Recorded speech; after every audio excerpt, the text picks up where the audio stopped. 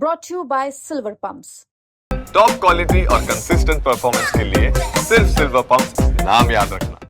दिल्ली की राजनीति के लिए आज बड़ा दिन है।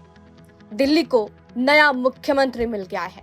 20 फरवरी को दिल्ली की नई मुख्यमंत्री रेखा गुप्ता रामलीला मैदान में शपथ ग्रहण करेंगी, लेकिन इस आयोजन को लेकर कई बड़े राजनीतिक संकेत भी मिल रहे हैं। बिहार के सीएम नीतीश कुमार इस शपथ ग्रहण समारोह में मौजूद नहीं रहेंगे।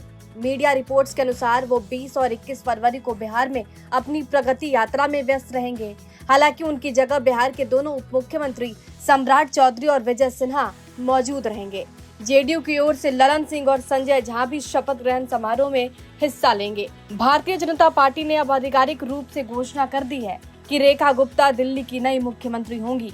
19 फरवरी को बीजेपी विधायक दल की बैठक बुलाई गई थी, जिसमें मुख्यमंत्री के नाम पर अंतिम मुहर लगी। पीएम मोदी की उपस्थिति में ये समारोह होगा और इसके साथ ही 6 विधायक मंत्री पद की शपथ लेंगे। शपथ ग्रहण समारोह के लिए रामलीला मैदान में भव्य तैयारियां हो रही है। विशाल पंडाल बनाया जा रहा है, जिसमें 3 अलग अलग मंच होंगे। प्रधानमंत्री नरेंद्र मोदी, उपराज्यपाल और नए मुख्यमंत्री के लिए एक मुख्य मंच तैयार किया गया है। दूसरे मंच पर बीजेपी के वरिष्ठ नेता और अन्य मुख्यमंत्री मौजूद रहेंगे, जबकि तीसरे मंच पर विशिष्ट अतिथियों और संतों के लिए व्यवस्था की गई है। अनुमान है कि 20,000 से ज्यादा लोगों की बैठने की व्यवस्था यहां पर की जा रही है। सूत्रों की माने तो मुख्यमंत्री रेखा गुप्ता के साथ 6 मंत्री भी शपथ लेंगे। इसकी आधिकारिक सूचना जारी कर दी गई है।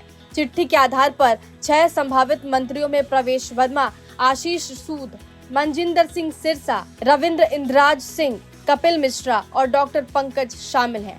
डॉक्टर पंकज मूल रूप से बिहार के बक्सर के रहने वाले हैं। दिल्ली का ये शपथ ग्रहण सिर्फ एक औपचारिकता नहीं, बल्कि 2024 लोकसभा चुनावों के बाद बीजेपी के लिए एक बड़ा शक्ति प्रदर्शन भी माना जा रहा है।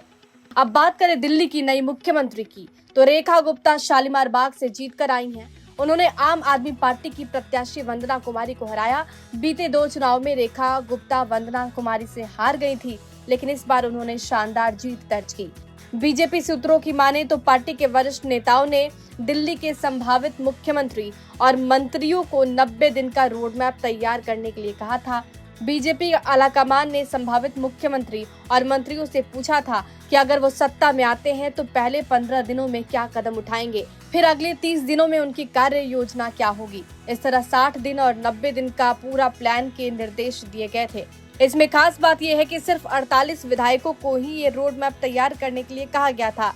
इससे साफ है कि बीजेपी सरकार बनाने के बाद तेज गति से काम करने की मूड में है। हालांकि इस कार्यक्रम में नीतीश कुमार की मौजूदगी नहीं रहेगी। ब्यूरो रिपोर्ट, बिहार तक।